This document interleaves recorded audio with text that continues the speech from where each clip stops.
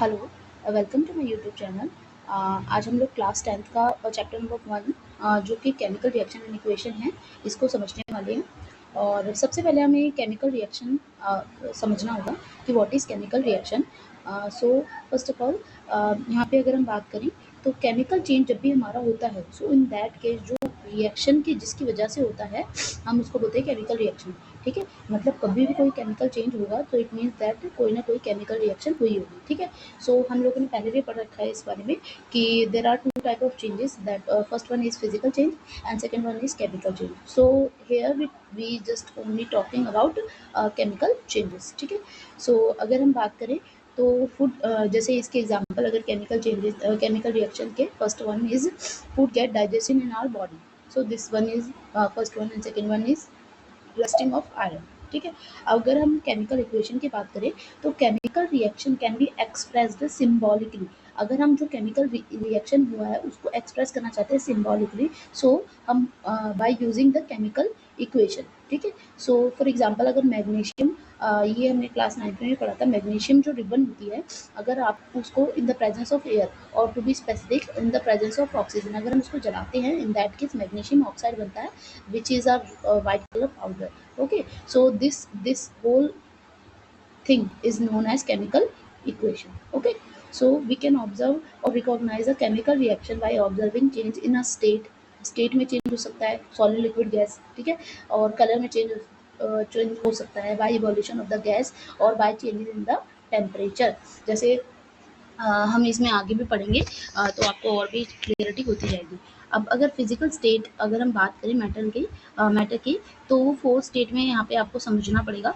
So first one is gaseous form, second one is liquid form, third one is solid form and fourth one is aqueous form. ठीक है, सो अगर हम बात करें सो balancing of equation, तो क्या होता है कि अगर हमारे कोई केमिकल इक्वेशन होती है तो नंबर ऑफ जो एटम्स होते हैं सर्टेन टाइम, मतलब ऐसा आप देखोगे कि कई बार ऐसा होता है कि जो आपके रिएक्टेंट हैं जो लेफ्ट साइड में होते हैं, जो रिएक्शन कर रहे हैं, those are known as reactant, and जो उसका रिजल्ट निकला that is known as product.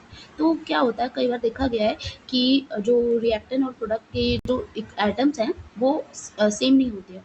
So in that case वो बैलेंस इक्वेशन नहीं होती है, इनबैलेंस होती है। तो हम उसको बैलेंस करने के लिए इसके बैलेंस करने के लिए हम जो इसके मतलब एटम्स हैं उसको बराबर करने की कोशिश करते हैं। अब जैसे हम मान लीजिए फेरस है, ferrous is your iron, iron react with H2O that is water, तो फेरस ऑक्साइड बनता है विच इज रस्ट, जंग हम जिसे कह देते हैं, और इससे हाइड्रोजन गैस रिलीज होती है। ठीक है, अब अगर हम ये इस इक्वेशन की बात करें तो अब आप इसमें देखेंगे कि हाइड्रोजन 2 यहाँ पे हैं। ठीक है, यहाँ पे हाइड्रोजन 2 हैं, फेरस 1 है लेकिन यहाँ पे फेरस 2 है।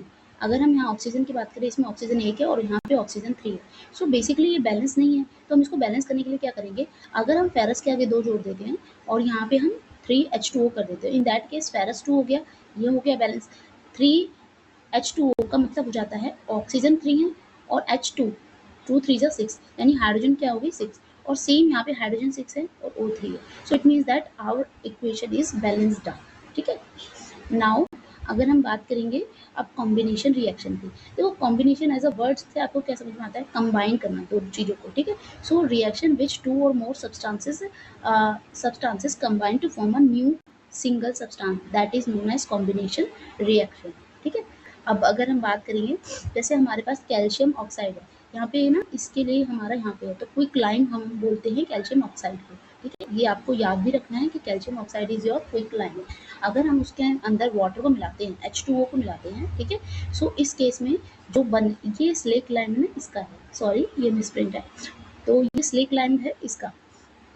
तो कैल्शियम हाइड्रोक्साइड जो हमारा बनेगा which is known as slaked lime, और दिस इज क्विक लाइम, और H2O इज योर वाटर। ठीक है, तो कैल्शियम हाइड्रोक्साइड, ये आपकी एक तो पहले बात, तो ये जो आपकी इक्वेशन बन गई, ये दोनों कंबाइन होकर ये तीसरी चीज़ आपकी बना रहे हैं। सो ये आपका क्या हो जाता है, कॉम्बिनेशन रिएक्शन। ठीक है, अब कैल्शियम हाइड्रोक्साइड स्लेग लाइम जिसे हम बोलते हैं is used in white washing the wall and it react with CO2। Again जो कैल्शियम हाइड्रोक्साइड है हमारे पास वो CO2 के साथ रिएक्शन करता है, और जब वो CO2 के साथ रिएक्शन करता है तो इन दैट केस वो कैल्शियम कार्बोनेट बना देता है, एंड ऑब्वियस है वाटर इसमें रहता है। ठीक है, सो कैल्शियम हाइड्रोक्साइड जिसे हम क्या बोल रहे थे, स्लेट लाइम बोल रहे थे। ठीक है ना, और ये कैल्शियम कार्बोनेट बन जाता है। अगर हम बर्निंग ऑफ कोल सो ये कॉम्बिनेशन रिएक्शन को शो कर रहा है। अगेन इसमें देखो कैल्शियम हाइड्रोक्साइड है, इसके साथ CO2 कंबाइन हो रहा है, कैल्शियम कार्बोनेट बन रहा है, H2O वाटर बन के निकल रहा है। ठीक है, अच्छा उसके बाद अगर हम बात करेंगे बर्निंग ऑफ कोल की, तो coal is made up of carbon, तो carbon in the presence of oxygen चल रहा है तो CO2 बना देगा, as well as heat and light इसमें से रिलीज होगी। ठीक है, these two are energy. Okay, अब फॉर्मेशन ऑफ वाटर की अगर हम बात करते हैं तो hydrogen is a gas, oxygen is also a gas, and जब ये दोनों कंबाइन हो गए तो इन्होंने H2O बनाया, that is water. Okay, so now we will try to understand what is exothermic reaction. So exo आप exit से याद रख सकते हो कि इसके अंदर से जब ये रिएक्शन होती है तो इस केस में ना आपको हीट जो होती है, थर्मिक यानी हीट से रिलेटेड होता है, सो इस केस में आपको हीट जो होती है वो रिलीज होगी। ओके, जैसे मीथेन एक गैस होती है, ठीक है, और ऑक्सीजन की प्रेजेंस में जब ये दोनों जलते हैं सो ये CO2 बनाते हैं विच is a carbon dioxide gas.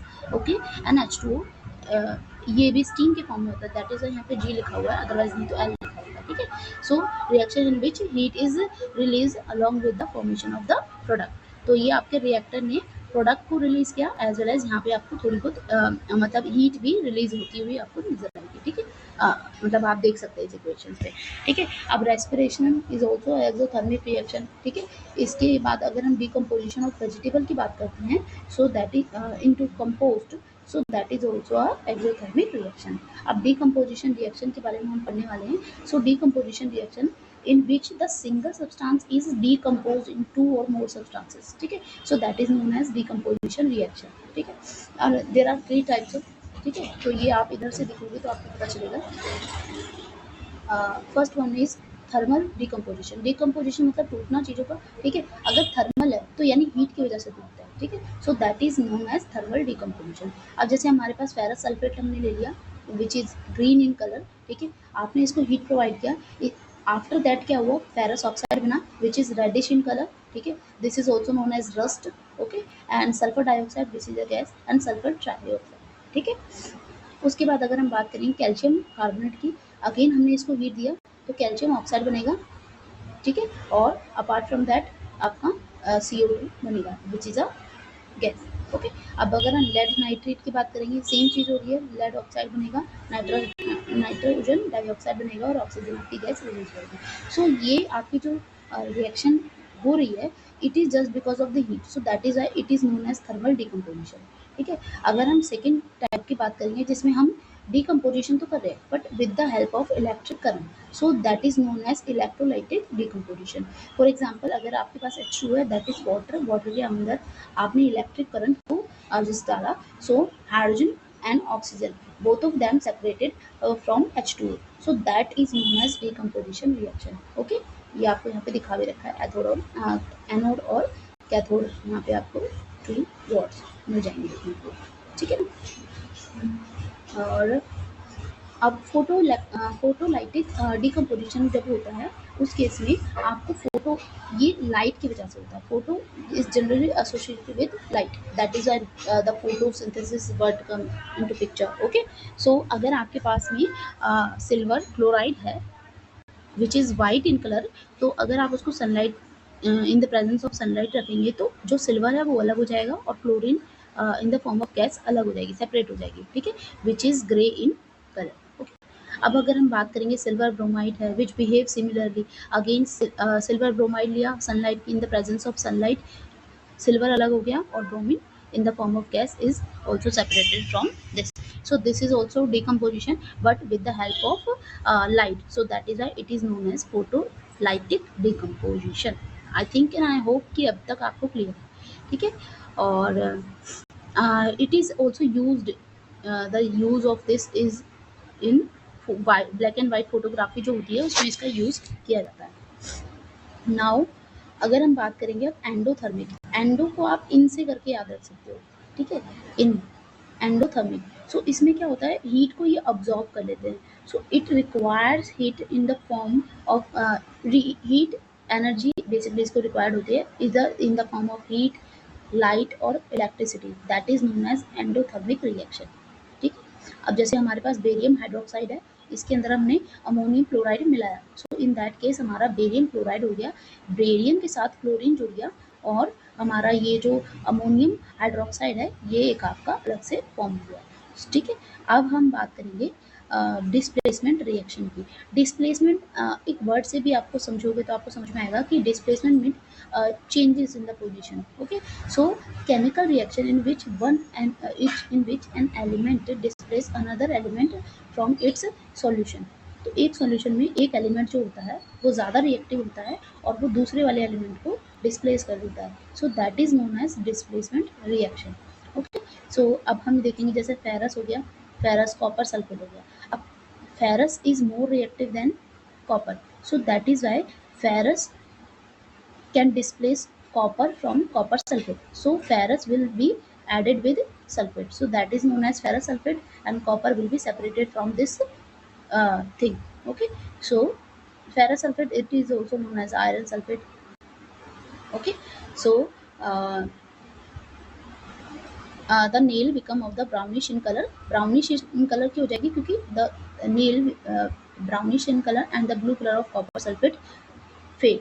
ठीक है, क्योंकि जो कॉपर सल्फेट होता है उसका कलर जो होता है वो ब्लू होता है, बट क्योंकि अब फेरस सल्फेट बन गया, सो दैट इज वाई जो आपकी नील थी वो आपकी कन्वर्ट हो जाएगी ब्राउनिश इन कलर। फिर अगर अदर एग्जांपल की बात करेंगे, जिंक है, जिंक को कॉपर सल्फेट के साथ अगेन रिएक्शन हो रहा है, तो zinc is more reactive than copper, so that is why zinc can zinc जो है वो आपका सल्फेट के साथ में ज्वाइन हो जाएगा और जिंक सल्फेट बना देगा, and copper will be separated from this. ऐसे ही सेम लेड है, lead is more reactive than copper sulfate, copper chloride, lead is more reactive than copper, so that is why lead will make lead chloride and copper will be separated from this. So zinc and lead are more reactive element than copper, they display copper from its compound, so these are the example of displacement reactions। ठीक है, अगर अब हम बात करेंगे double displacement reaction, इसमें क्या होता है, एक चीज डिस्प्लेस होकर दूसरे के साथ जुड़ जाएगी और जो इस वाले की चीजें हैं वो दूसरे वाले के साथ, मतलब बेसिकली एक दूसरे के एक्सचेंज हो रही है यहाँ पे। तो इसमें टू डिफरेंट एटम्स और a group of atom mutually exchange हो जाते हैं, एक दूसरे को डिस्प्लेस कर देते हैं। अब जैसे सोडियम सल्फेट है हमारे पास में और बेरियम क्लोराइड है, सो सोडियम जो है वो आपका क्लोरीन के साथ जुड़ जाएगा और NaCl बनाएगा, विच इज नॉर्मली आपका कॉमन सॉल्ट जो होता है that is known as common salt जो होता है उसी को हम सोडियम क्लोराइड बोलते हैं। ठीक है, वो बन जाएगा, एज वेल एज यहाँ पे आपका जो बेरियम है वो सल्फेट के साथ जुड़ जाएगा तो बेरियम सल्फेट बन जाएगा। ठीक है, a white substance is formed due to the above reaction, and the insoluble substance is called precipitate। ठीक है, सो ये क्या कहलाएगा, जो इनसॉल्युबल होता है वाटर के अंदर, so that is known as precipitate. और प्रेसिपिटेशन रिएक्शन क्या होता है, any reaction that produce a precipitate that is known as precipitation reaction. अब फॉर एग्जांपल लेड नाइट्रेट हमारे पास में और हमने उसको पोटेशियम आयोडाइड के साथ मिलाया, तो अगर लेड नाइट्रेट है तो अगेन सेम चीज होगी, lead will combine with iodine. ठीक है, सो लेड आयोडाइन बन जाएगा, as well as potassium will combine with nitrate, so potassium nitrate will be form. Okay, I think ये चीज़ क्लियर है। उसके बाद अब हम पढ़ने वाले हैं ऑक्सीडेशन रिएक्शन। ठीक है, whenever there is a gain in oxygen और loss of hydrogen that is known as oxidation reaction. अब फॉर एग्जांपल अगर हमारे पास कॉपर है, कॉपर के साथ ऑक्सीजन ऐड हो रही है तो कॉपर ऑक्साइड बन रहा है, so that is known as oxidation reaction. Okay, when copper is heated, a black color appear if this copper oxide is reacted with hydrogen gas, and then copper become brown as reverse reaction takes place। ठीक है, तो copper oxide के साथ अगर hydrogen gas react कर जाएगी, इन that case copper एक आपका हो जाएगा और H2O यानी वाटर आपका अलग से इससे सेपरेट हो जाएगा। ठीक है, अब हम पढ़ेंगे रिडक्शन। तो reduction is loss of oxygen और गेन ऑफ हाइड्रोजन। ठीक है, तो यहाँ पे क्या हो रहा है, देखो कॉपर ने अपना ऑक्सीजन को छोड़ दिया और कॉपर ने अपने ऑक्सीजन को छोड़ दिया, तो लॉस ऑफ ऑक्सीजन एंड इसके साथ, तो यहाँ पे आपका कॉपर जब छोड़ रहा है तो यहाँ पे आपको इसको कह सकते हो, इसके साथ क्या हो रहा है, ये रिडक्शन वाला आपका एग्जाम्पल हो जाएगा। और यहाँ पे क्योंकि ऑक्सीजन इसके साथ जुड़ जा रहा है तो ये आपका एग्जाम्पल हो जाएगा ऑक्सीडेशन का। अब रिडॉक्स रिएक्शन क्या होता है, बेसिकली जो यही वाला एग्जाम्पल है, इसमें हाइड्रोजन के साथ ऑक्सीजन क्योंकि जुड़ रहा है तो ये ऑक्सीडेशन कहलाता है। और क्योंकि इसके साथ से ऑक्सीजन चला जा रहा है, सो दैट इज वाई ये क्या कहलाएगा, इंडक्शन। ठीक है, सेम आप जिंक ऑक्साइड के साथ में कार्बन को, अगेन जिंक अलग हो जाएगा और carbon monoxide, this is not carbon dioxide, this is carbon monoxide which is a poisonous gas. Okay. um, and it release when there is not optimum optimum amount amount of oxygen is available. Okay. सो जब भी हमारे पास oxygen की proper जितनी भी requirement है उतना available नहीं होगा, इन दैट केस हमारा जो कार्बन मोनोऑक्साइड गैस रिलीज होती है। ठीक है, अब मैग्नीशियम ऑक्साइड है HCl के साथ, HCl which is a hardest acid. Okay, so magnesium oxide HCl के साथ रिएक्शन करेगा, अगेन मैग्नीशियम क्लोराइड बन जाएगा। ठीक है, H2O दैट इज वाटर बन जाएगा, क्लोरीन गैस इससे अलग हो जाएगी। ठीक है, अब अगर हम बात करें corrosion is when a metal is attacked by the substances around it, जो भी उसके आसपास के substances होते हैं, जब भी वो उसके साथ react करते हैं, for example if it can be moisture or acid etc, so that process is known as corrosion. Okay, so reddish brown coating of the iron, that is also known as rusting of iron is also an example of corrosion. And example एक और है इसमें आपका black coating of silver as well as green coating of copper, आप देख सकते हो वहाँ पर भी आपको कोरोजन का एग्जाम्पल मिल जाएगा। अब अगर हम बात करें rancidity, so rancidity when fat and oil, जो भी फैट एंड ऑयल होते हैं वो ऑक्सीडाइज हो जाते हैं and become rancid and their smell and taste will change, so that is known as rancidity. For example, if you have a packet of chips, then in that you know that there should be some fat as well as oil. Okay, so whenever the packet is opened, then the food in the packet will come in the contact of oxygen, so that food will oxidize and become rancid and their smell and taste also changes. ठीक है, फिर antioxidants are added to the food containing fat and also that कि वो खराब ना हो, rancidity में process में ना हो पाए। Thank you. एंड ये हमारा चैप्टर अब कंप्लीट हो जाता है यहाँ पे, और आप इसमें छोटे छोटे क्वेश्चन है, you can try to answer them. Okay.